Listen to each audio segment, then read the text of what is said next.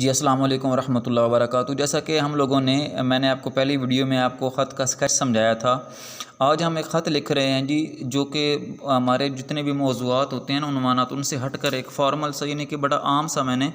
کوئی بھی ٹاپک لیا ہے، وہ ہے دوست کو افطار پارٹی پر بلانے کے لیے یا مدعو کرنے کے لیے خط۔ آپ دیکھ رہے ہیں کہ سب سے پہلے میں نے کمرہ امتحان لکھا، کمرہ امتحان کے بعد میں نے تاریخ لکھی جس دن میں خط لکھ رہا ہوں۔ اس کے بعد جب میں نے پیارے دوست، یعنی کہ جب دوست کے نام خط لکھ رہے ہیں تو ہم لوگ یہاں پر پیارے دوست ہی لکھیں گے۔ پیارے دوست کے بعد ہم لوگوں نے علامت لگائی، علامت کے بعد ہم لوگ آداب و تسلیمات میں آ گئے، السلام علیکم کے بعد ہم نے علامت لگائی ندائیہ فجائیہ جو استجابیہ، جو میں نے علامت آپ کو بتائی ہے۔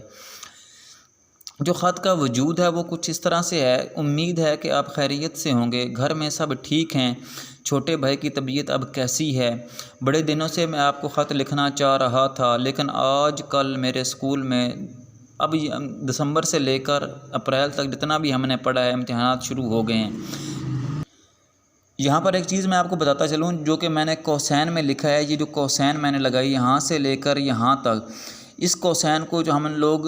جملے کی جو ہوتی ہے نا ترتیب یا وضاحت، وہ بھی ہم کہتے ہیں،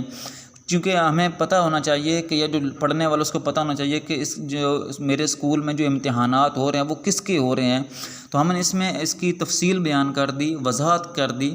کہ میرے اسکول میں جو پیپر ہو رہے ہیں وہ دسمبر سے لے کر اپریل تک جتنا ہم نے پڑھا تھا اس میں سے امتحانات شروع ہو گئے ہیں۔ میں نے سوچا اگر امتحانات کے ختم ہونے کا انتظار کرتا رہا تو میں آپ کو اپنے ہاں افطار پارٹی پر مدعو نہیں کر پاؤں گا۔ پیارے دوست، رمضان المبارک کے آخری جمعۃ المبارک کو میں نے اپنے گھر افطار پارٹی کا سوچا ہے، جس میں آپ کی شرکت نہایت ضروری ہے۔ میں امید کرتا ہوں کہ آپ میری دعوت کو قبول کریں اور رمضان المبارک کے آخری جمعہ کو عصر کے وقت میری طرف تشریف لے آئیں گے۔ میں آپ کا انتظار کروں گا۔ گھر میں بڑوں کو سلام اور چھوٹوں کو پیار۔ والسلام، آپ کا دوست الف بے جی۔ تو دیکھیں یہ وہی خط ہے جس طرح میں نے آپ کو خط کا خاکہ سمجھاتے وقت میں نے آپ سے بات کی تھی